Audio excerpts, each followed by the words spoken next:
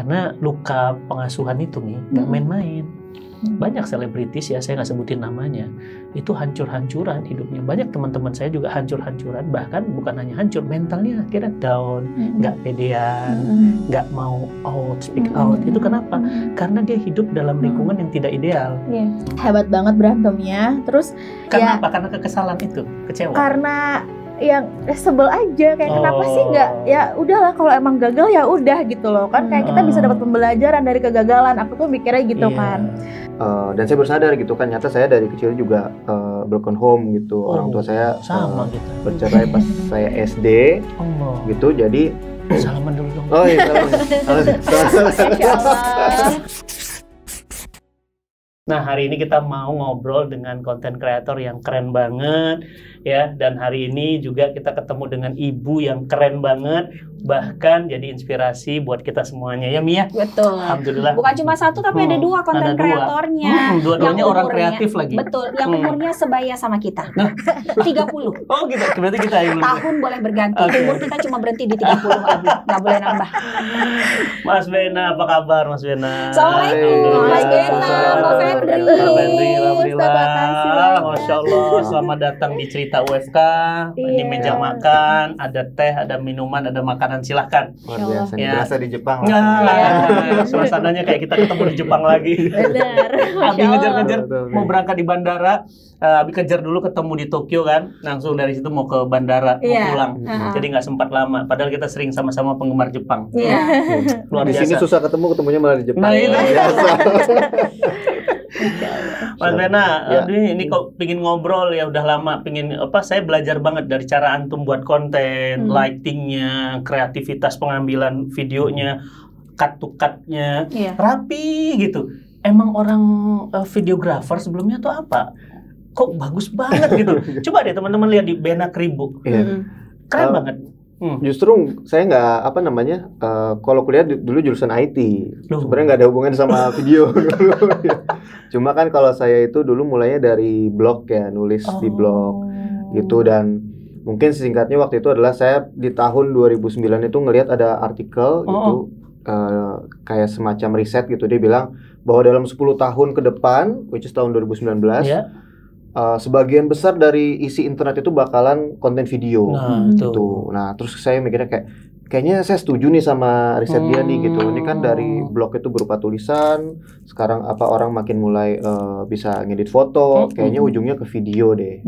Gitu. Nah, dari situ akhirnya saya karena suka dengan dunia internet juga, akhirnya curi start lah di situ, belajar semuanya dari YouTube waktu itu. Jadi emang otodidak sih di awal itu. Ngoprek sendiri. Ngoprek sendiri. Dulu juga nggak punya kamera, pakai webcam dulu pertama kali. Wah, masih kotak-kotak kalau kualitasnya. Keren loh. Saya sangat mengagumi, bahkan kami di Cinta Quran sampai bilang, tim Cinta Quran belajar deh sama Mas Bena. Belajar deh. Kenapa?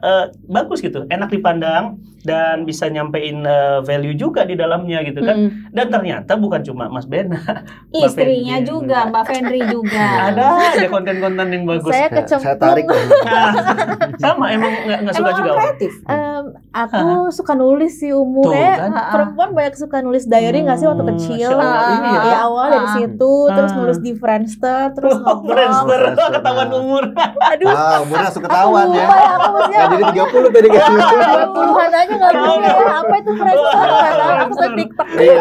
Jadi lu nulis. Nulis, ngeblog. Aku punya food blog juga waktu itu sama kuliahnya dong, kuliahnya. Food Science and Technology. Tuh. Anak IPB ya. Iya, benar. Adik kelas kita. Kita. Adik kelas. Malu lagi. Siapa dulu yang sebutin? Aku dulu. Ayo Mi, pasti ketahuan. Kita soalnya ketahuan umurnya banyak. Iya. Kalau aku sebut sekarang juga udah banyak masalahnya. Sekarang udah angkatan 60-an. Aduh, jauh juga. 60-an. IPB. 44. Saya 34, beda 10 tahun. Iya, sama Umi beda 8 tahun. Masya Allah. Iya, TPG itu jurusan favorit lo itu. Ya, Masya Allah. Iya, betul. Anak pintar yang masuk situ. Masya Allah. Beruntungan tuh. Luar biasa. Enggak tuh waktu itu juga karena aku passionnya dulu tuh food. Aku suka food and children. Jadi emang dulu passionnya tuh organisasinya juga nggak jauh dari makanan, dari tentang anak. Masya Allah. Terus sebenarnya dibilang agak salah jurusan sih sebenarnya karena aku pikir tuh food science tuh masak banget, ternyata emang science banget ya kan, informasinya belum banyak ya. Isinya memang anak-anak olimpiade dulu tapi saya sih anak rumahan. Enggak organisasi gitu. ya. Anak organisasi jadi aja sama dulu. sekali memang bukan juga orang yang suka ngonten di video, bukan tadinya Video penulis. jujur dia sih yang ngajarin. Cuma otodidak juga, belajar dari aku suka mobile editing gitu. Nah, terus anak yang kuliah di Bogor, terus Mas Bena kuliah di BINUS. Di BINUS. Jakarta. Anak IPB sama anak BINUS ini ketemunya di tikungan mana nih? Iya. Gimana nih ceritanya? Iya. Coba. Kalau ketemu itu jauh banget ya. Ketemu kita balik lagi dulu waktu SMP dulu satu sekolah bareng. Atau SMP bareng. Di Jakarta Selatan. SMP mana? 19 Jakarta. 19 Majestic. Sekelas. Nggak sekelas. Nah ini pertemuannya lebih aneh lagi ya. Lebih random sekali, namanya masih alay dulu. Dulu itu nggak tahu, random banget. Saya lagi minjem buku di perpus, buku bahasa Indonesia gitu. Terus di halaman pertama itu ada nomor telepon. Random itu saya SMS aja nomornya. Ini siapa gitu kan, yang ya ternyata itu adalah nomornya saya nggak naruh nomor saya di nomor. Nah, saya nggak tahu ternyata. Nggak tahu. Kan tuh buku perpus. Iya. Nggak tahu siapa yang naruh. Padahal itu nomornya dia. Iya, nomornya dia. Dulu kan masih zaman SMS gitu kan. Udah ya, akhirnya ya udah saya tahu dia namanya Fenri pada saat itu, beda kelas. Ya udah sebatas itu aja sih. Terus apa? Habis itu ya lihat dari jauh gitu. Sangkatan tapi ya. Sangkatan. Iya, cuma beda kelas aja. Beda kelas. Gitu. Terus waduh, diterusin nih. Ya mungkin apa ya, bisa dibilang dulu saya secret kebalik ya. Apa secret admirer? Gak percaya sih saya, kenapa Fenri, saya gak percaya tuh. Tapi waktu itu ya akhirnya jadi friendzone lah ya, friendzone. Berapa tahun ya? Lumayan lama sekali ya. Karena 9 dulu tahun. nah saya kan emang apa ya, bisa bilang ya introvert gitu ya. Saya nggak terlalu punya banyak teman gitu ya. Temennya saya kenal aja di kelas gitu. Jadi waktu itu pas kenal sama dia ya cuma sebatas SMS aja gitu. Kalau di sekolah ya ketemu ya cuma mari. Jadi orang Solo. Iya, dan apa ya dulu kalau SMS ke dia itu cuma 3 kali setahun ya minimal ya. Iya. Pas lagi ulang tahun, lagi lebaran sama tahun baru. Sampai diingat ya. 3 kali setahun tuh. Ya, sebelum dekat ya. Dan SMA-nya pisah, ya udah kita nggak pernah ketemu. SMA di mana? SMA di Jakarta, SMA 47 Jakarta. Aku di Lab School Kebayoran. Lab School nggak nih, nggak ketemu. Dulu saya hampir masuk ke Lab School tapi nggak jadi gitu akhirnya. Lab School Kebayoran. Lab School Kebayoran. Iya, gaul. Nggak tahu ya. Terus nggak ketemu, terus kuliah juga nggak ketemu. Cuma gimana sih waktu itu pas kuliah ya? Anda ngajak ketemu saya. Oh iya. Gitu, Saya gara-gara kan diam-diam masih MSN. melihat dari Kok jauh gitu. kejauhan? Dia dulu ini memendamnya lama. Yahoo Messenger masih. Yahoo Messenger sama dong ya zaman kita ya. Iya, kita juga Messenger. Jadi masih pakai ada webcam dong. Iya. Ya, webcam ya, sebenarnya kita pakai webcam ya. Malu-malu lah gitu. Ya Allah. Cuma ya tahun 2009 ya waktu itu pas ketemu dia lagi ke Jakarta, bukan lagi lagi di Bogor. Masih di IPB. Terus ya udah akhirnya ketemu lagi dan apa namanya? Bertiga jalannya waktu itu ya. Iya, bertiga. Nggak berani berdua. Berdua gitu. Ya udah dari situ akhirnya jadi ya ngobrol-ngobrol lagi bareng gitu. Apa abis itu? Masa aku yang nyambut?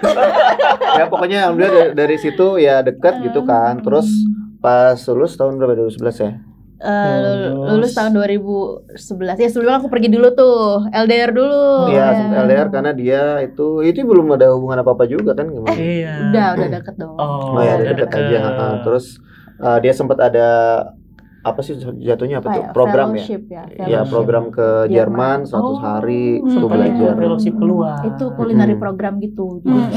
Gitu. Jadi ya karena dia sebenarnya dia waktu itu jatuhnya saya jadiin manajer gitu. Ya. Kan dia udah jadi blogger tuh di 2009. Udah lulus kuliah? Belum 2009 belum. Jadi sambil kuliah udah ngeblog. Udah rame waktu itu. Iya, zaman itu kan belum ada ini blogger. Iya, 2009 tuh mungkin lagi naik lah gitu. Sangat sama Bang Radit lah dulu. Iya. Oke, sama Bang Radit. Habis itu ya udah saya jadiin dia manajer gitu kan. Betul. Nah, itu maksudnya sekaligus mengunci supaya kita tetap bersama. Iya, di kontrak dulu. Kamu sama saya saja. Blogger ya. Gitu. Jadi pas dia lulus 2011 udah langsung kerja bareng lah gitu. Ya awalnya sih seperti itu ya. Abis itu udah kerja bareng, mungkin kantor bareng sampai sekarang. Dan mulai seriusnya akhirnya kita nikah gitu. Itu 2000. Ya, akhirnya menikah di 2016. 2016. Ya. Sebenarnya waktu itu ada cerita tuh ya 2014-nya dia udah ini nih.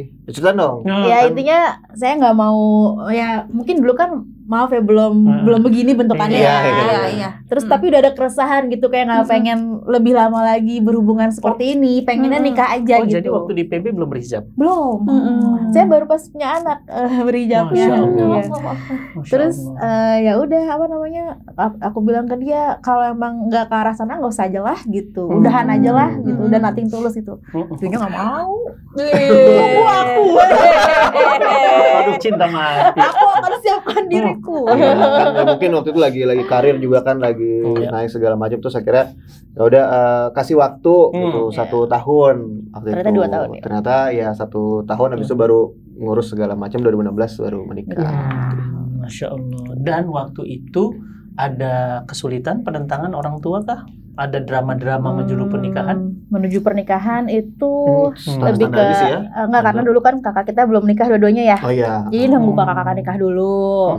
Baru kita nikah. Ya, sebenarnya timingnya sih pas dan malah justru konflik itu memang baru ada tuh pas udah nikah karena kita belum ngerti kalau nikah itu tuh harus mempersiapkan visi, misi. Itu nggak ada. Mikirnya cuma kayak nanti kamu anaknya mau di sekolahnya kayak gimana, mau cari uangnya gimana, dunia uang gitu.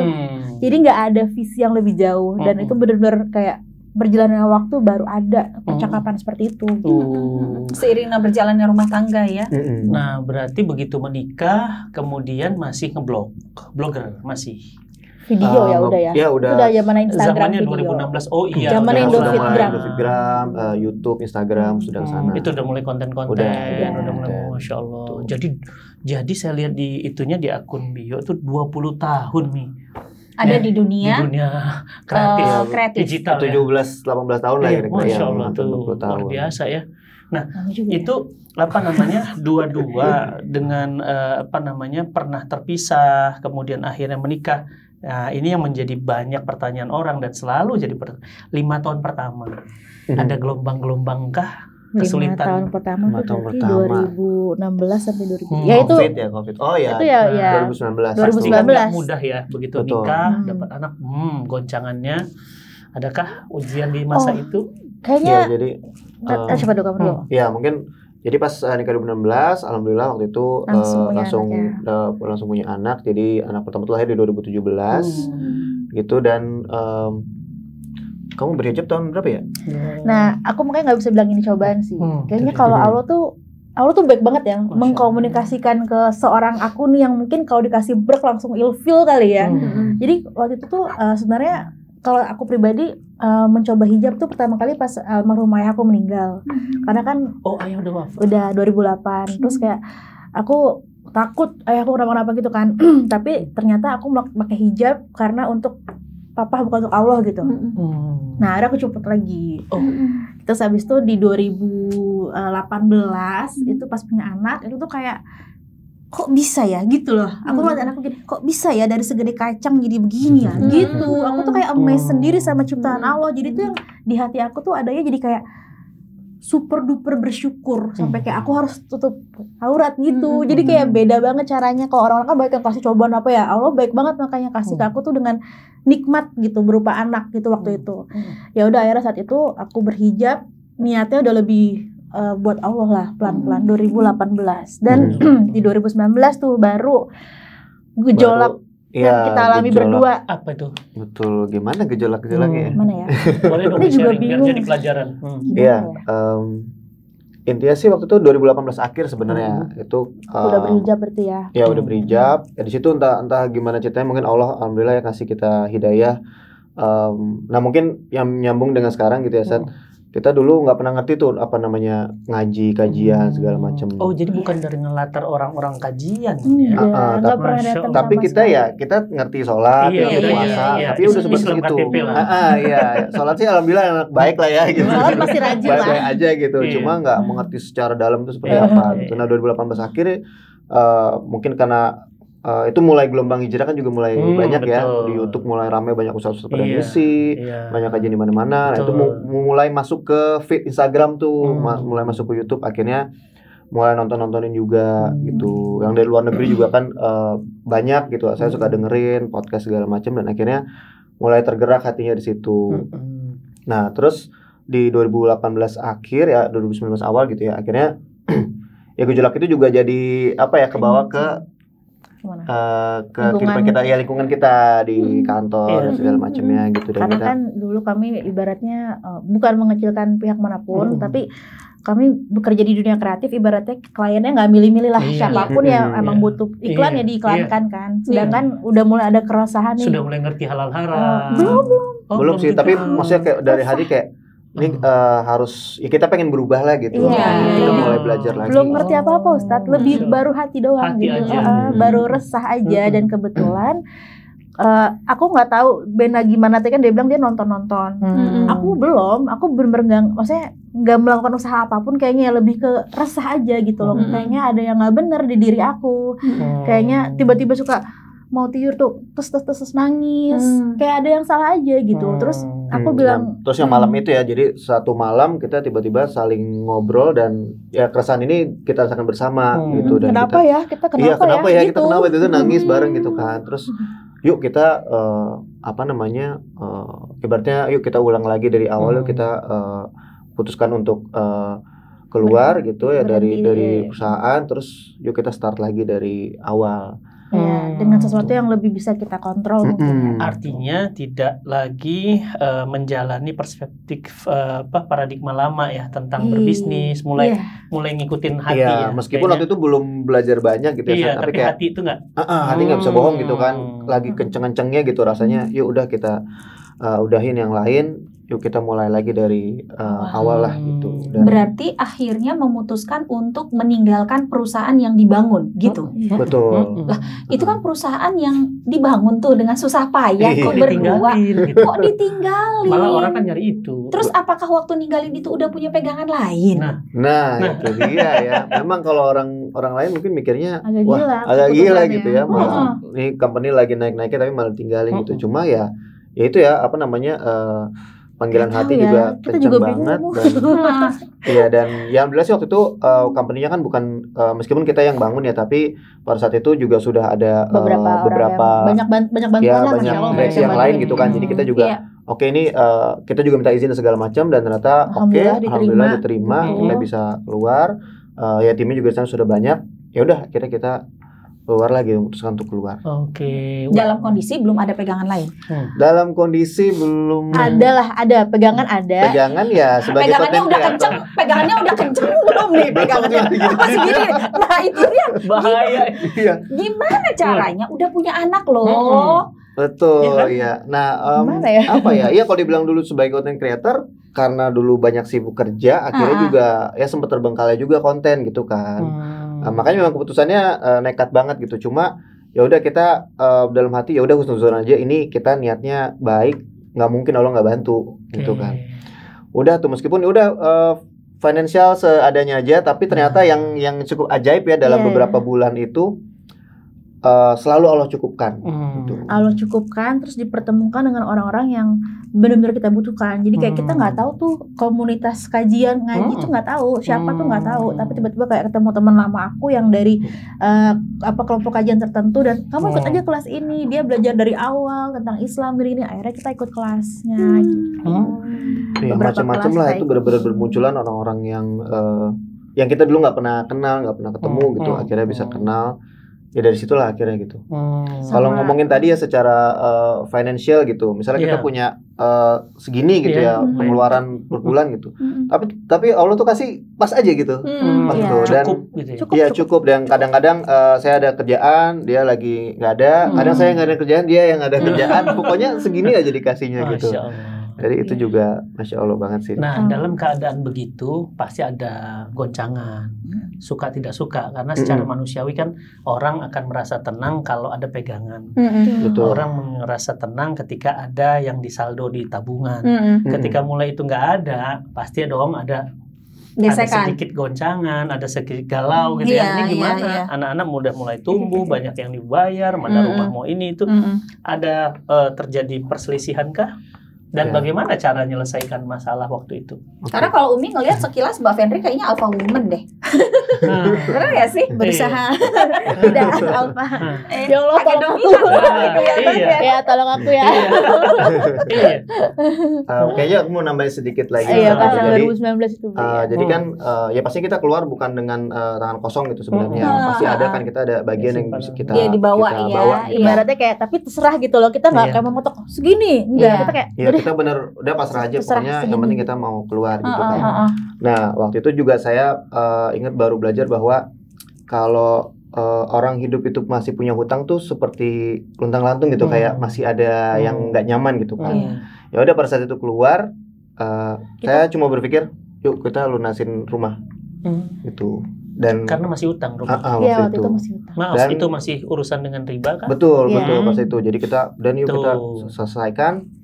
Tapi ya udah bisa-bisa lagi. Habis baru ada hutang gitu kan. Habis melunasi rumah. Habis gitu. Jadi ya udah habis itu kita mikirnya udah Allah kita sudah meninggalkan yang tidak baik, Allah pasti akan kasih gantinya gitu. Ada lagi cobaannya ya, karena kami juga alhamdulillah gitu ya, Allah percaya jadi beberapa KOL gitu ya. Jadi kan saat kondisi seperti itu tuh tawaran emang masuk. Iya, betul. Jadi ada yang bahkan jadi brand ambassador, tapi brand-brand yang nggak sesuai syariah.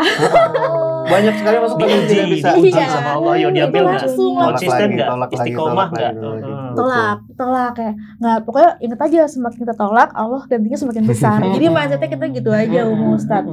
Dan waktu kita merasa kayak gitu lagi susah-susahnya, malah alhamdulillah Allah kasih rezeki ke ibunya Bena, ngajak kita umroh. Ya Allah. Itu umroh pertama. Umroh pertama. Umroh pertama. Ya kita. Ya, kalau dulu saya waktu belum belajar gitu ya, mikirnya nanti dia umroh nanti aja, karena bukan kuliah tua kalau udah ngerti gitu. Tapi emang nggak pernah ada mau belajar dulu gitu kan. Gitu, dan pas 2019 itu diajak sama mama saya untuk umroh. Dan di kondisi yang pas lagi tadi nggak ada uang gitu, sangat terbatas gitu. Dan di situ saya merasa sangat ketampar banget gitu di saat ini selama ngonten punya uang, punya tabungan, nggak pernah kepikiran untuk umroh gitu. Begitu nggak punya uang kok malah diundang sama Allah gitu. Dan apalagi ya agak nggak enak karena dibawanya sama orang tua gitu kan, kayak yang seharusnya kita yang bawa. Harusnya saya yang bawa gitu. Jadi kayak ya udahlah, ada nangis segala macam, ya alhamdulillah akhirnya berangkat umroh pertama kali 2019. Nah, dalam gejolak itu, dan tadi ya Umi juga udah ngebaca Mbak Fendri lebih leadership dan Mas Bena malah justru lebih ikut. Biasanya cowok kan lebih ini mending.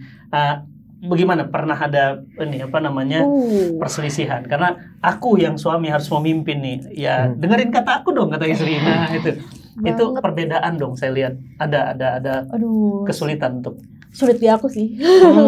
Susah banget karena aku tuh pengen nangis ya. Mbak? Anak kedua.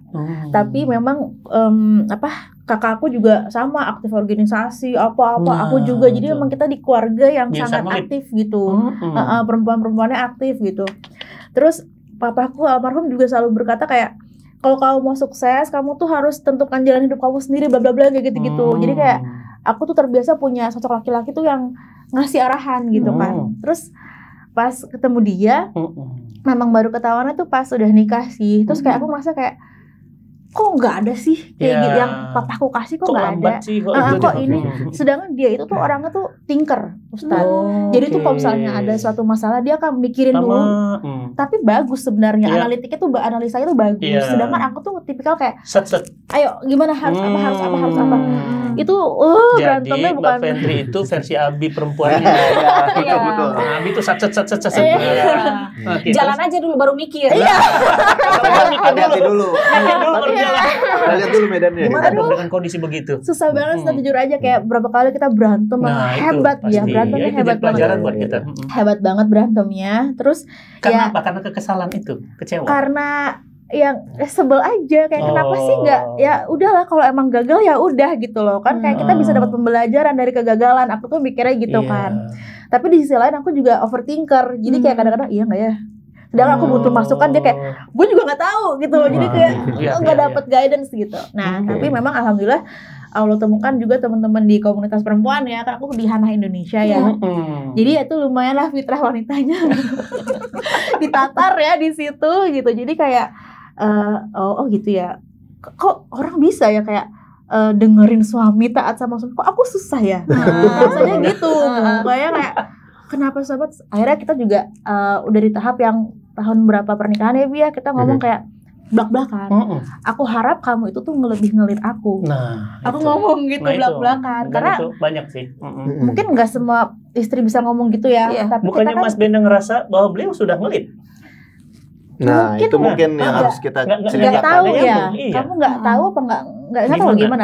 Ya mungkin ini yang harus saya ceritakan yang apa. Saya pun juga baru menyadari di umur segini gitu bahwa ya karena banyak ngomong tentang apa namanya mental issues dan segala macamnya gitu kan. Saya kilas balik hidup saya gitu dari awal. Dan saya bersadar gitu kan, nyata saya dari kecil juga broken home gitu. Orang tua saya sama kita bercerai pas saya SD gitu. Jadi salaman dulu dong. Oh iya, salaman. Masya Allah. SD lupa ya, mungkin kelas 3 atau kelas 5 seumur Zaika gitu. Pisah. Pisah dan anak-anak saya 3 bersaudara, terus semuanya ikut sama mama. Gitu. Jadi mama tuh benar-benar single fighter lah dari dulu. Dan ya mungkin itu juga yang membuat saya nggak ada sosok laki-laki nih, nggak ada sosok ayah gitu atau om atau siapa tuh nggak ada yang dekat gitu. Dan sedangkan waktu itu apa namanya ya sedikit cerita tentang mama saya, dia single fighter, dia bikin baju muslim, bikin kebaya segala macam gitu usahanya. Ya mama sangat bekerja keras gitu ya, sampai mama tuh bawa koper ya, geret-geret koper ke Singapura, itu ngetokin toko-toko untuk ngasih lihat nih saya ada baju, mungkin tertarik untuk mau dijual bareng dan segala macamnya, satu persatu gitu ya. Dan akhirnya dapat langganan di sana. Masya Allah. Gitu. Begitu dapat langganan di sana, Masya Allahnya Allah kasih jalan untuk kakak saya yang pertama akhirnya kuliah di Singapura. Jadi kayak dari jalan itu bisa kuliah di sana. Iya, kuliah di sana. Oh kalau kuliah sih kebetulan memang kakak saya pertama ya dapat beasiswa ke Singapura, ya alhamdulillah bisa jadi jembatannya gitu kan untuk yuk kirim barang bisa ke kakak saya gitu kan. Betul. Lanjut lagi geret-geret koper lagi ke Malaysia. Ke toko lagi dan sama kita, ibu saya di Malaysia. gitu, akhirnya dapat langganan lagi dan kakak saya yang kedua akhirnya bisa kuliahnya di Malaysia juga kebetulan. Nah, saya sendirian di Jakarta sama mama saya dari SMP kelas 1 kelas 2 tuh udah sendirian. Jadi saya benar-benar ya hidup di rumah sendirian. Mama saya ya biasa untuk pameran atau pergi segala macam jualan. Jadi ya banyak waktu saya habiskan sendirian gitu. Dan tidak punya banyak teman atau apa yang karena mungkin introvert ya. Ya mungkin itu juga yang menjadikan saya introvert, nggak mudah untuk bergaul dengan banyak orang. Dan itu mungkin yang jadi ada hubungannya dengan saya sekarang gitu kan. Mungkin ya pengambilan keputusan dan ya mungkin satu lagi mama saya tuh memang sangat ngemanjain gitu. Sebenarnya sih bukan ya mungkin bukan maksudnya ngemanjain ya, tapi ya memprovide gitu ya. Mungkin mama orang tua lah ya. Betul, yang namanya orang tua gitu ya. Mungkin juga ya mama kan sosok ayah dan ibu gitu kan, dijadiin satu gitu kan. Pokoknya ayo mau ngurus apa segala macam dibantu gitu. Yang saya belum waktu itu belum mikir, jadinya saya jadi nggak paham gitu. Mama masih ada. Mama masih ada, alhamdulillah. Jualannya juga masih ada Ustaz, Masya Allah. Dan jualan itulah yang bisa akhirnya kuliahkan saya 3 anak-anak ini sampai sekarang. Gitu. Ibu antum, Masya Allah. Aku ternyata itu yang akhirnya berefek kepada Mas Bena. Sepertinya begitu sosoknya Mas Bena ya. Makanya kenapa Abi buat event Broken Home itu karena luka pengasuhan itu nih nggak main-main. Banyak selebritis ya, saya nggak sebutin namanya, itu hancur-hancuran hidupnya. Banyak teman-teman saya juga hancur-hancuran, bahkan bukan hanya hancur, mentalnya akhirnya down, nggak pedean, nggak mau speak out. Itu kenapa? Karena dia hidup dalam lingkungan yang tidak ideal. Nah, habis sama SD pisah tuh, bapak ibu pisah gitu kan. Bapak kemudian menikah lagi, ibu jadi TKI ke Malaysia, sama. Bertahun-tahun, berpuluh tahun, bahkan akhirnya ibu saya itu jadi pengusaha di Malaysia. Saya punya toko restoran tuh di dekat KLCC, Twin Tower, sampai kayak gitu ibu saya tuh perjuangannya. Jadi ibu kita sama ibu yang tough. Nah, bayangkan dengan latar keluarga yang berbeda, ketemu tuh, pasti kan seru tuh ceritanya. Iya kan? Yang satu menganggap bahwa kamu lambat, bukan aku lagi memikirkan, gitu. Ya kan? Tapi menurut kita daripada kamu terlalu tergesa-gesa, gitu loh. Nah, akhirnya kan nggak ketemu. Betul. Dan apa yang Mbak rasakan selama waktu-waktu di awal-awal pernikahan? Di awal pernikahan mah belum berasa karena kan belum ada masalah. Masalah kan yang kayak menuju 5 tahun. Sama kita juga begitu. Sama kita juga itu udah mulai kayak apalagi kita kerja bareng, posisinya juga maksudnya dia leader di perusahaannya. Jadi kan ya intinya aku selalu bilang ke dia, mungkin kalau di tahap sekarang ini kita bisa memandang itu kayak Allah akan terus kasih kamu cobaan ini sampai kamu tuh udah gini gitu, sampai kamu tuh sekuat ini gitu, sampai kamu tuh bisa berdiri di kaki kamu sendiri kayak gitu. Jadi kayak kalau kamu nggak keluar dari zona kamu ini, kamu akan terus diuji di situ gitu. Jadi kayak kita saling nyemangatin sih. Dia juga ya kamu tenang dulu, kalau dia sering ngomong sabar dulu, tenang aku nggak bisa kasih jawaban sekarang.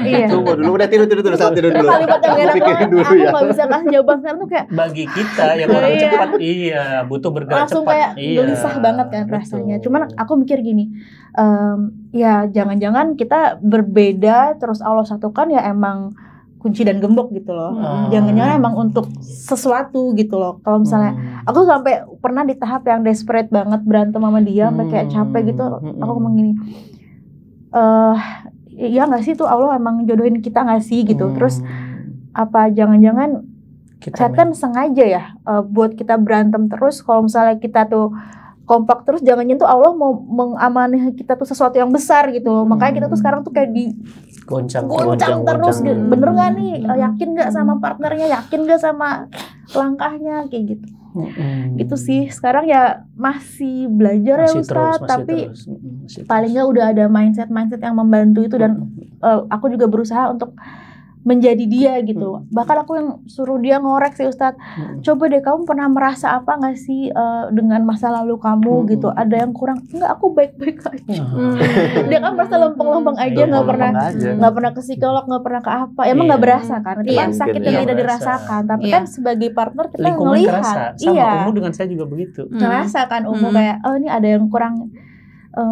Ya udahlah, kamu gimana enaknya, mau ke psikolog, mau curhat ke ustadz, mau terserah deh pokoknya kamu nyamannya gimana gitu. Akhirnya ya udah dia ini mungkin tahun inilah ya dia baru mulai kayak ya juga ya dari memori masa kecil ternyata tuh membentuk dia yang seperti ini gitu. Ya udah sekarang masih berusaha saling. Ayah masih ada. Ayah udah nggak ada. Udah 2000 berapa ya 15. Ya, sebelum nikah ya, sebelum kita nikah. Belum nikah. Wafat sakit atau? Sakit. Kebalikan saya ibu yang sudah wafat, bapak masih ada. Sekali kalau hubungan dengan ibu masih baik hari ini. Baik, alhamdulillah. Baik sekali. Alhamdulillah ya. Jadi kalau tadi yang dia saran itu, Umu ngerasain juga tuh, coba Umi cerita. Perbedaan gitu. 5 tahun pertama. Kita juga sampai pada puncak. Kita udahan kayaknya ya sampai di itu. Karena ngadepin anak broken home tuh nggak mudah. Ngerasa mentok. Iya. Terus kayak kalau ini barusan Salman kita tos. Iya. Bandingin Coba gimana? Gimana sih ngadepin yang satu ini ya Allah? Bingung gitu. Padahal sebetulnya ini apa ya, nggak tahu gimana caranya membahasakan emosi, gitu. Karena terbiasa memendam emosi kan, gitu. Jadi nggak tahu gimana caranya, ini aku lagi gini gitu, tapi nggak berani bilang. Karena kan kayak Abi gitu kan khawatir kalau nanti mama nambah pikiran, kan ya akhirnya dipendam sendiri gitu, semua dipendam gitu. Nah akhirnya waktu nikah jadi keluar semuanya, temperamen. Nah kan. kalau dari sisi apa namanya Mbak Fenty kan lebih yang panas nyoloknya. Kalau saya di saya emosi jiwanya lebih keluar, lebih adem. Kebalikan. Ini lebih adem. Nah saya itu kalau udah ngamuk itu ngeri dulu. Ini habis nih. Kalau ngamuk, saya nggak mukul istri, saya nggak mukul karena di dalam benak saya KDRT bapak kepada ibu itu sangat menyakitkan. Dan saya nggak mau menyakitkan istri saya. Jadi gimana cara saya meluapkan tapi emosi tetap sampah, emosinya keluar? Dinding, pintu habis jebol tuh. Jedeng. Nih. Nah, itu biasa itu.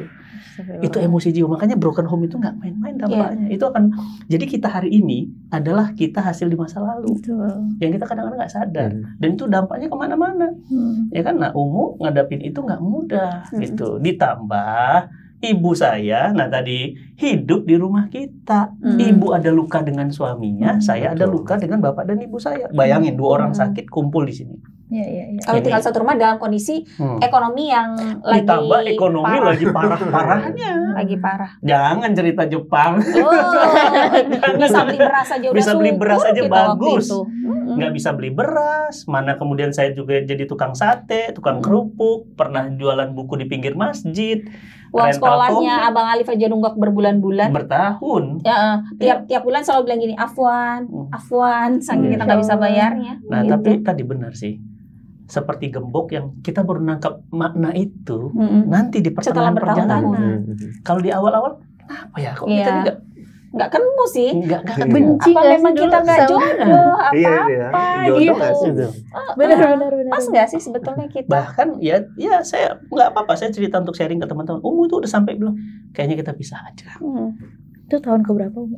Kayaknya mungkin ke-7 ya. Kita tahun ke-7. Pas waktu ibu tinggal serumah sama kita. Karena udah ngerasa bingung. Bayangin. Ngadepin satu orang aja udah bingung. Terus ngadepin situasi ekonomi kan. Udah gitu ditambah ibu gitu. Jadi terlalu banyak stresornya. Jadi mana keluarga juga ikut campur. Karena dia ada luka kan. Dia ngerasa idealisme nikah itu harus begini. Dicampurkan ke rumah kita. Jadi sebenarnya apa yang dirasakan hari ini itu memang begitulah dampak. Ketidakadaan ayah itu akan berdampak kepada lambat ngambil keputusan, kurang berani, kemudian nggak tegas karena nggak ada warna ayah. Nah kalau saya enggak, mungkin saya dapat ayah itu di masa kecil cukup ngambil keputusan. Ayah itu mulai berubah semenjak saya udah di akhir SD kelas 6 tuh mulai berubah. Jadi karakter keberanian tuh diajarin ayah banget memang. Jadi kayak berenang tuh, ayah saya ekstrim ngajarin saya berenang, Mas. Bukan, ayo kakinya dilurusin, kepalanya itu kan nggak begitu. Orang Medan lagi, enggak, cemplungin langsung. Gelap.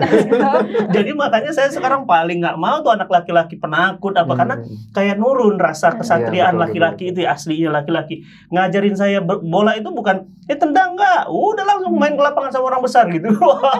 Jadi gitu. Kita yang jadi bolanya. Nah, jadi dosis keayahan sempat dapat. Cuma ada emosi jiwa karena kenapa sih kalian harus berpisah gitu. Kenapa sih kalian harus pisah? Kenapa sih saya nggak pernah mendapatkan pelukan kalian? Kalau ngeliat orang tua tuh berjalan, orang tua lain atau siapapun tuh lagi jemput ngantar sekolah tuh nangis sendiri tuh.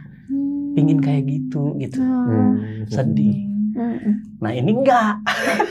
Ini keluarganya sama kayak Mas Henry. Keluarga yang kalau kata Ustaz Fatih gini, hidup Umi itu terlalu flat. Ya karena kita tidak kerja kantoran gitu kan, yang artinya kan tidak ada fixed income. Betul. Gitu kan. Sebagai content creator kan juga ya udah kalau lagi ada masuk, lagi nggak ada gitu. Malah bikin bisnis lagi juga kan. Berdua lagi. Iya berdua lagi ya. Gimana ya, mungkin memang ada saling melengkapi juga sebenarnya gitu. Di satu sisi sebenarnya saya pengennya udah kamu sama anak-anak aja gitu kan. Ada fase yang kayak gitu ya. Ya ada fase yang seperti itu ya. Akhir-akhir ini perasaannya seperti itu gitu kan. Udah udah aku aja, aku mau kerja segala macam, aku fine kok gitu. Saya nggak apa-apa untuk kerja segala macam. Oke, udah kamu urus anak-anak karena ya anak lagi umur kecil-kecil kan, lagi butuh banget sama orang tuanya gitu. Cuma ya ternyata